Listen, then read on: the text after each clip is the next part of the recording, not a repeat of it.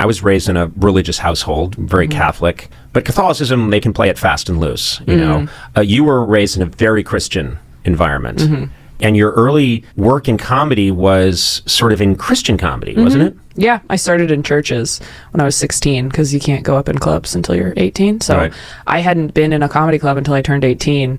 And once I did, I was like, oh, this is like where comedy's supposed to happen. Not in church. Not in church, as it turns out. But, you know, I think that maybe that was good as a foundation. I worked really clean for like the first 6 years probably that I did stand-up. And then when I turned 22, I actually got fired from a church gig opening for a big church comic because of something that I tweeted that ended up being a joke that I did on your show. But this is the joke that got you sort of kicked out of the Christian comedy circuit. Is that fair to say? Yeah, it was like the last church gig that I was still doing was opening for this guy, and they called me and were like, hey, like, you can't be tweeting stuff like this. Like, that's not good for our audience. Can you tell us the joke? The joke was, even today, I'm, as an adult, very sexually conservative. Not that I'm bad at sex, okay? I'll have you know, in bed, I am a wild animal, all right? Yeah, way more afraid of you than you are of me.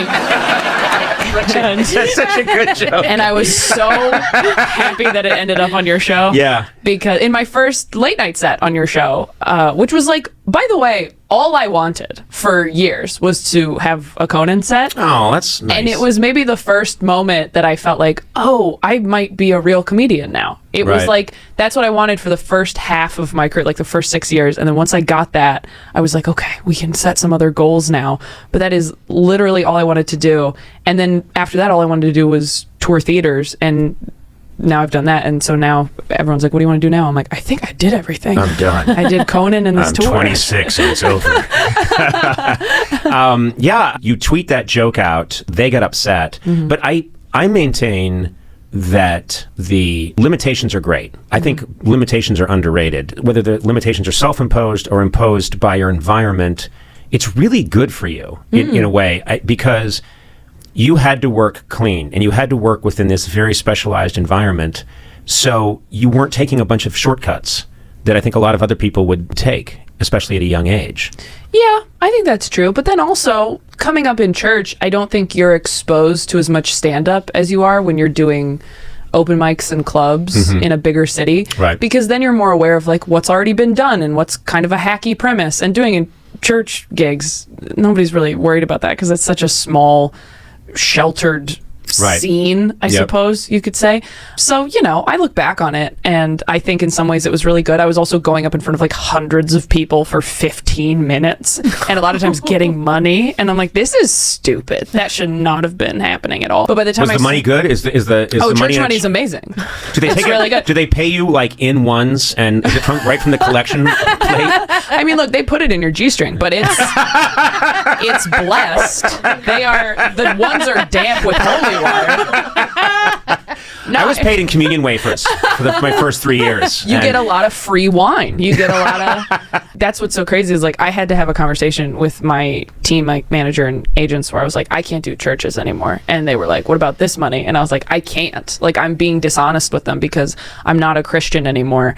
And I'm not going to be clean all the time anymore. I'm going to speak how I speak in clubs and talk about what I want to talk about. And if you are a comedian performing in churches, they want you to be that all the time. And that's why they're all, you know, middle-aged married guys, because they're Christian and that's their lifestyle and they talk about their family and going to church, and, you know, good for them. That's who should be doing it. But I didn't want to be somebody who was pretending to be something that I wasn't for some sort of success or financial stability. But yeah, the money was really good. And you're kind of like, yikes. Like, so then I just did like 8 cruise ships the next year to make up for it. So you went from Christianity to cruise ships. I have done, sometimes I feel like an imposter, and then I go, I've done literally every gig that you could possibly do. Like, I've done churches, I've done corporates, I've done clubs, I've done colleges, I've done cruise ships. I have done everything, and I'm glad that I have, because now I know there are so many different ways you can make a living as a stand-up. I mean, when I did cruise ships, I was miserable. I could not have done more than I did, but the guys doing these cruise ships, they're happy. That's their life. They're like, in 3 months, I have a land gig. I'm like, a land gig? I gotta get out of here. It's a way different. The bar is very different. Yes. To be on land. What? In 6 months, terra firma. Yeah. No, but the nightmare that I've always heard about cruise ships, and I've never performed on a cruise ship. You'll get there. I'll get there. Trust me. I know my trajectory all too well. I will be on a cruise ship, but You'll be on a cool like Illuminati cruise ship, though. Yes. For like celebrities. Yes, where the real money is. Yes. They'll all be wearing robes. Yes. I'll be nude. But Why? that's my preference. That was not anything they requested. When other people are wearing robes, I want to be nude.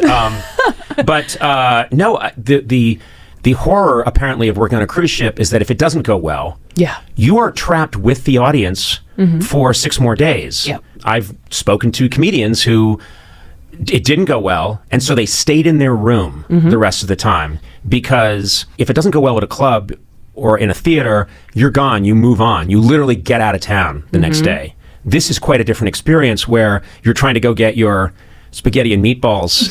Yeah.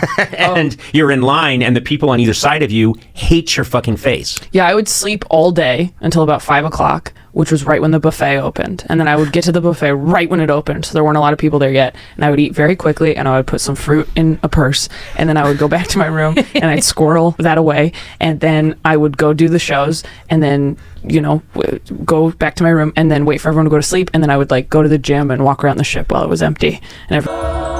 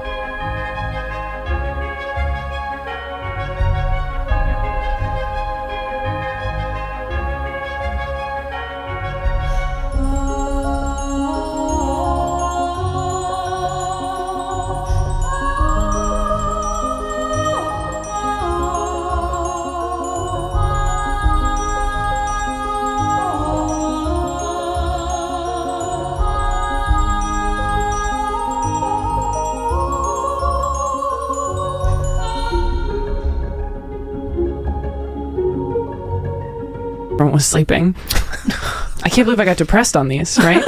What? I'm always obsessed with where the good crowds are. Are the crowds Royal pretty good? Caribbean. Are the crowds on a Royal Caribbean Yes. decent? Yes, they are. Because the ones that I did, at least, they had a comedy club on the ship, which is, it feels like a comedy club in Toontown, where it's like, this is what a comedy club looks like, but it's Right. And you only had to do 25 minutes with another comedian, and it's free. It's one of the free things you can do on the cruise ship because it's all inclusive. So it was by the end of the week, everyone had, most of the people were coming twice. So, the first half of the week, these guys would have the 25 minutes they did, and then the second half of the week, they would have, the ship 25 that they did, which was all about what ports we stopped in, and, the buffet and all their ship jokes. Yeah. Diarrhea. Yeah, of course. You got to get to diarrhea. Who's got the Imodium, right? And it was... But I did some that there was no comedy club. You were just in the piano bar, and you would perform stand-up, and it felt weird, and people were walking in and out, and there were kids at some. And so Royal Caribbean was one that when I did it, they had a comedy club. It was adults only, and you only had to do 25 minutes as opposed to 45 or something. So I only did maybe 7 weeks of it, and not consecutively. But by the end, I was these are the only ones I want to